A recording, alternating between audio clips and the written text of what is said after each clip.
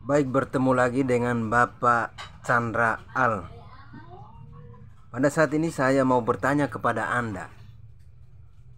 Selama ini kan Bapak bekerja siang malam, tapi ada tetangga, bukan tetangga sih, tapi ada berapa teman yang memang sebenarnya tidak bicara secara langsung terhadap Anda. Ya, ada yang dia bicarakan ke saya, tapi ya ini juga privasi Pak. Saya tidak bisa sebutkan nama mereka, tapi yang mereka eh, katakan kepada saya bahwa kenapa Bapak ini kerja siang malam kok makannya susah sekali, kadang hanya mie sama telur. Dan sepertinya Bapak ini irit atau bagaimana Pak? Tolong dijelasin, atau apa beban yang Bapak pikul, makanya kok makannya kok irit betul. Jadi di situ teman, ya ada teman kita sebagian lah yang bicara seperti itu. Makanya pada malam ini saya menanyakan kepada Anda. Ya, jadi baik, terima kasih banyak. Itu pertanyaan yang sangat bagus dan sangat menarik untuk saya ya, untuk pribadi saya. Dan saya rasa mungkin dengan pertanyaan seperti itu mungkin saya mengubah pola makan artinya kan. Ya. Jadi yang mau saya jelaskan di video kali ini karena memang orang sudah tidak asing lagi mengenal sosok saya, artinya pekerjaan saya seperti yang banyak orang sudah tahu. Jadi pertanyaan yang membuat saya harus berbicara di depan media sosial artinya menyangkut makan sih. Kenapa saya nggak makan enak? Artinya kan begitu ya. Iya Pak, ya. Jadi gini, Biasanya orang kerja keras itu kan pasti otomatis kan makannya kan enak, kan begitu. itu betul. Terus Pak? Jadi saya mau menceritakan dari awal ya supaya teman-teman di luar sana paham dan mengerti. Setiap orang itu pasti lahirnya boleh dikatakan relatif dari desa ya. Tapi tidak semua juga sih orang yang lahir dari desa artinya kedesaannya selalu dibawa. Itu banyak terjadi. Jadi saya mau menjelaskan ya, pertama itu saya bilang ayah dan ibu saya itu adalah seorang petani. Kami berapa saudara? 6 saudara. Kami artinya saya dilahirkan dari keluarga yang tidak mampu. Jadi kenapa pertanyaannya, kenapa saya sampai saat ini saya cara makan saya sepertinya nggak layak ya, maksudnya tadi itu nggak layak. Kenapa kok kamu kerja kok artinya dapat duit kok kamu makannya hanya mie dengan kangkung telur, itu sudah terlalu bagus ikan. Ya mungkin menurut pendapat teman-teman di luar sana ada banyak pertanyaan sih, ada banyak pemikiran. Pertama mungkin dia berpikir begini, saya orangnya irit, dan kedua saya orangnya menyiksa diri aliasnya begitu ya. Sudah ada uang kok masih aja seperti itu. Nah jadi gini teman-teman, saya dari lahir saya tidak pernah diajarkan orang tua saya untuk hidup bermewah-mewah, itu pertama. Dan kedua, memang keluarga saya relatif artinya di kategori miskin, bukan tidak mampu. Beda dengan orang tidak mampu. Kalau tidak mampu artinya dia udah miskin, nggak mampu alias mati. Ini artinya relatif susah lah. Iya Pak, ya. Dibandingkan orang yang punya mobil, punya segalanya, artinya enak hidupnya. Iya. Nah maka itu saya menyadari setelah saya dewasa, beranjak saya keluar dari desa saya berpikir begini, kalau saya keluar dari desa saya mengubah itu, bisa juga sih saya mengubah itu. Tapi saya pikir begini, saya tidak dibiasakan untuk makan yang satu meja. Apapun sayurnya, nasinya, minumannya pun kalau bisa jus dengan susu, itu saya tidak pernah. Jadi bagaimana saya mau menikmati yang seperti itu? Ya. Ini kan pertanyaan besar. Nah sekarang kan Anda udah kerja, pasti begitu ya? Iya Pak. Anda udah kerja, bisa dong? Oh bisa banget, bisa sekali.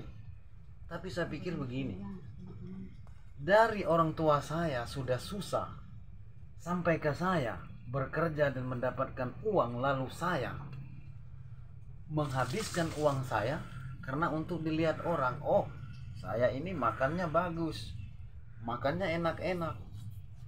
Nah, saya berpikir begini, kalau saya lakukan itu sampai kapanpun hidup saya tidak akan berubah seperti orang tua saya. Kenapa? Karena sudah merasa punya duit, saya makannya serba enak, bahkan di restoran, bahkan saya bayar hotel pun saya mau. Karena saya mau mengubah, oh tadi saya kok miskin susah, tapi kenapa saya sudah punya duit, kok ngapain saya harus jadi orang miskin? Bukan begitu teman-teman. Cuman yang saya mau jelaskan di sini, saya tidak mau mengambil penyakit itu. Saya mau membuang itu. Kalau bisa, saya jangan sampai seperti kehidupan orang tua saya, artinya susah. Tapi bukan juga saya mengatakan orang tua saya tidak sayang saya, tidak mampu memberi yang terbaik. Sudah cukup memberi yang terbaik. Apa itu? Melahirkan saya, membesarkan saya, memberi saya pemikiran yang begitu luas. Maka itu saya merasa bersyukur. Dengan adanya saya bekerja mendapatkan uang yang cukup, oh saya tidak bisa langsung saya ayo beli ini beli itu, tidak. Karena saya berpikir kalau saya seperti itu maka anak saya pun akan seperti saya, susah. Tapi kalau saya sekarang berpikir jangan sampai, cukup ayah saya, ibu saya, dan saya. Tapi kalau bisa anak-anak saya jangan. Nah, tapi yang anehnya begini teman-teman, kita ini kan lahir di desa. Di desa itu apa makanannya? Paling top ikan. Kebanyakan maupun desa manapun, sayur asam, sayur bening, yaitu sambal. Itu sudah umum di desa manapun itu. Karena memang kehidupan di desa, untuk dia ke pasar mau membeli, pertama uang mungkin tipis. Kedua, memang dia tidak terbiasa dengan hal itu. Nah itu. Jadi kalau kita setelah ke kota, kita merantau, ketika kita bekerja dapat duit yang begitu banyak, kita buangkan itu karena mau membalas dendam, artinya kan yang susah siapa? Pertanyaan saya. Ya pasti Anda sendiri. Nah kalau seperti itu kita semakin tua semakin gak ada harapan. Kita sudah susah, anak kita pun lebih susah. Maka dengan itu saya lakukan makan itu bukan berarti saya mencintai kemiskinan, tidak. Saya tidak cinta itu. Saya maunya sukses dan sukses. Karena berpikirnya kan kalau kita mati nanti pasti kita harus bayar yang tukang gali juga sih. Itu kan? pasti. Nah, jadi saya sedikit cerita. Ada teman Bercanda, saya. Pak. Teman saya ini kan sama-sama sekolah, sama-sama artinya pernah sekolah juga sih, walaupun nggak tinggi seperti teman. Artinya kalau saya ngomong saya bisa lah mengerti apapun bahasa orang itu. Waktu itu orang tuanya sangat sukses di desa itu. Apapun yang dia mau, ini termasuk anak yang paling sayang karena orang tuanya punya. Kita jajan 1.000 rupiah sekolah, dia sudah 5.000 di tahun 80-an. Bayangkan, besar dong. Kalau sekarang berarti 200 ribuan dong satu hari. Nah saya itu jajan 1.000 pun kadang 1 bulan 1 kali. Tapi yang perlu saudara tahu, teman yang saya cerita ini ketika kedua orang tuanya meninggal, pusing, hidupnya pusing. Kenapa pusing? Karena dia susah untuk menemukan yang namanya makan enak. Setelah dia bekerja seperti yang saya ceritakan tadi, dapat duit, dia poya-poya. Makan enak, artinya semua serba karena dia ingat, menunya selalu diganti-ganti. Karena waktu orang tuanya masih hidup itu berganti, hari ini ikan, besok ayam, nanti sorenya telur contohnya, nanti siangnya daging, ya seperti itu. Nggak pernah dia kenal tempe yang namanya kangkung, apalagi mie. Teman saya alergi, dia sama mie dengan telur alergi. Nah jadi sekarang apa yang terjadi? Setelah saya pulang ke sana, saya melihat orangnya lebih susah kehidupannya daripada orang tuanya. Pertanyaannya kenapa? Karena dia tidak mau menerima apa yang diajarkan orang tuanya. Sekarang menderita. Nah bagaimana dengan nasib anaknya? Bagaimana dengan nasib anaknya teman saya? Saya nggak tahu. Nah jadi artinya saya tidak makan enak, tidak menggunakan uang untuk pribadi saya untuk makan. Itu saya rasa bukan hal menjadi pertanyaan yang artinya menjadi pertanyaan teman-teman di luar. Setiap orang dia punya privasi sendiri dan pribadi, Pak. Yang jelas saya bilang saya tidak mau keturunan saya tetap seperti itu. Saya maunya kalau bisa anak-anak saya jangan seperti saya. Nah jadi saya melihat teman saya sekarang ya tinggal menunggu, artinya ya kapan Tuhan panggil ya sudah selesai. Bahkan bukan ngomong, teman saya di sana ya gubuk juga nggak punya, nggak tahu dia sekarang merantau di kota mana. Saya dengar dia sudah pergi dari kampung, artinya sudah umuran saya, ya tinggal apa kita harapannya kita kalau sudah umuran seperti saya, ya tinggal menunggu mati aja.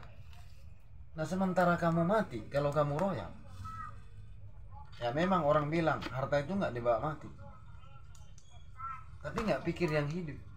Nah kalau kita sudah menderita, anak kita sudah parah, jadi omongan setiap orang, oh dulu orang tuanya itu hebat, makannya bagus, penampilannya boleh, tapi kamu lihat anaknya yang masih hidup yang dibicarakan orang, bukan yang sudah mati. Jadi itulah yang saya bisa jelaskan di video ini, karena memang saya terlahir dari keluarga sederhana, artinya ya mungkin saya berpakaian, yang penting saya nggak telanjang, karena orang tua saya mengajarkan yang penting kamu keluar nggak usah telanjang nak. Itu salah. Tapi kalau kamu ingin mengubah, buang apa yang kamu merasa tidak bagus, buang. Jadi kalau teman-teman mengatakan saya, oh dia kerja siang malam tapi nggak pernah makan enak, ya biarin aja, kita lihat aja nanti seperti apa. Yang makan enak itu seperti apa, yang makannya yang penting dia kenyang seperti apa. Beda dengan pelit pak. Kalau pelit itu dia ada dikatakan nggak ada, tapi saya bilang saya ada. Kalau bilang nggak ada salah, ada. Tapi kalau pelit itu lain, dia ada bilang nggak ada. Tapi untuk dirinya juga susah ya. Kalau saya mau saya bisa. Cuman saya pikir, waduh, anak istri saya di kampung. Kalau saya makan ayam setiap hari, pesan di restoran, jujur saya nggak bisa makan. Saya mau masuk ke nasi ke mulut itu saya bisa nangis. Karena betapa hebatnya saya, betapa hebatnya saya. Kok saya bisa makan ayam, makan daging enak, sedangkan istri dan anak saya kapan menunggu saya pulang untuk makan bersama. Ya kalau di kampung ya bisa saya, artinya saya beli ayam 1 ekor atau 2 ekor, biar 10 ekor saya bisa, karena saya mau makannya bersama anak-anak, istri dan orang tua, keluarga. Itulah diri saya dari dulu. Oke baik, terima kasih atas pertemuan kali ini bersama Bapak Chandra. Ya minum aja air putih. Iya. Semoga dengan video ini bisa bermanfaat buat kita semua. Kata-kata dari Philip Ramos, janganlah kamu mengejar zaman, tapi biarkanlah zaman itu yang mengejar kembali Anda. Oke, terima kasih. Assalamualaikum.